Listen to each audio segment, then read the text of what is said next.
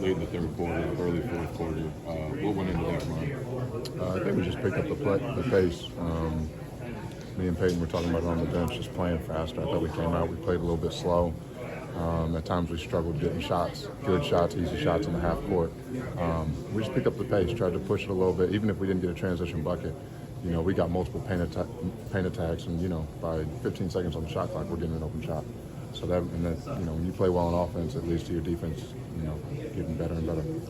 What makes you guys so good on the second game of the back-to-backs? I think our maturity and our depth. As a team that's gone to the finals last year, we're trying to do something special and be better. Do even more this year. And then we have a very versatile and deep team. We've had 2 starters out tonight. We were still able to come in here and beat a good team. So I think the way the team's been constructed is really benefiting us. Have you ever seen a guard block shots better than Barry? It seems like he's one of the very best, one of the best I've seen. He has that's a skill for sure. It's definitely a skill. Some teams that have kind of tried to stack the box in the paint against you guys have given you some issues. Obviously, you guys have good spacing, but what are some ways you counteracted that tonight? I thought just touching the paint and kicking the ball out, getting them to spread out a little bit more so that at the end of the shot clock we were able to get layups, dunks, and even open threes. Any play calls from Joe helping in that sense? I think Joe encourages us to play free, and that's what we work on every day in practice, to play with creativity, and I think that's what we thrive on. So he really lets us play. Every once in a while I'll call a play, but we thrive on what we practice, and that's just being creative and playing off of each other.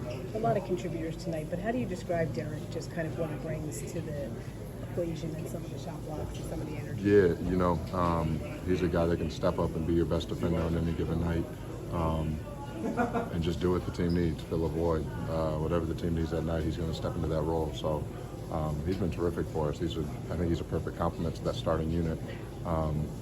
And it's a powerhouse. They have a lot of talent on that first unit, a lot of scoring. And D-White can score, he can defend, he can really do it all, so it helps. Did anything surprise you about meeting some of the, getting to know some of these teammates for real kind of this year? Like anything you didn't expect? Or? Super low-key team. Not a lot of ego. That definitely surprised me.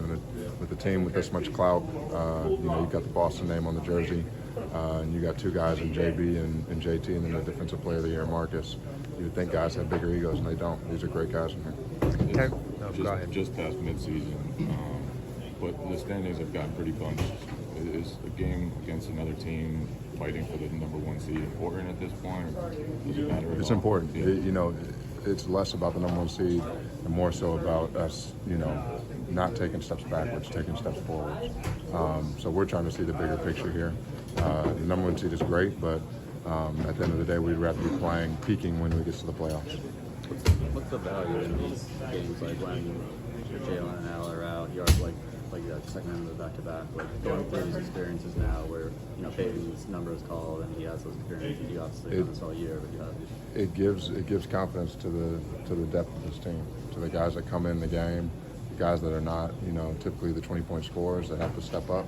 It gives them confidence. So in the playoffs, when teams are scouting JB and JT extremely hard, other guys are able to step up and help them.